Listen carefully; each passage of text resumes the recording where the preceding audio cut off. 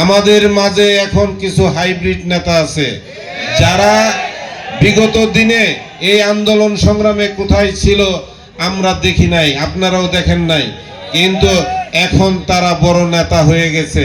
তারা বিভিন্নভাবে চাঁদাবাজ। গাজীপুরে খালেদা জিয়ার রোগ মুক্তি ও সুস্থতা কামনায় দোয়া ও ইফতার মাহফিল অনুষ্ঠিত হয়েছে। গাজীপুরের গাছায় শুক্রবার গাছা থানা বিএনপির সাবেক সাধারণ সম্পাদক ও গাজীপুর সিটি কর্পোরেশনের ৩৫ নম্বর ওয়ার্ড কাউন্সিলর পদপ্রার্থী ফারুক হোসেন খানের সঞ্চালনায় পবিত্র কোরআন তেলাওয়াতের মধ্য দিয়ে ইফতার আলোচনা সভা অনুষ্ঠিত হয়েছে।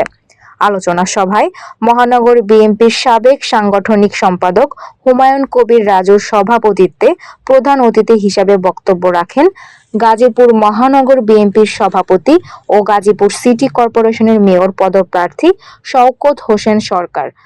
এখনো সতর্ক হবেন না, এই ধরনের অপকর্ম থেকে যারা নিজেদেরকে গুছিয়ে নেবেন না, এবং যারা বিগত দিনে করেছেন মাপ পেয়েছেন, এখন আর মাপ পাওয়ার সুযোগ নাই। সকলের আমলনামা তারেক রহমান সাহেবের কাছে আছেন।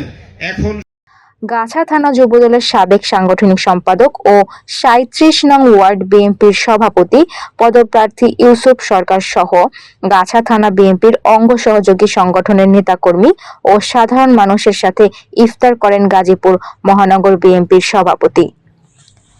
ফাল্গুনিয়া আরা, তরঙ্গ টিভি, ঢাকা।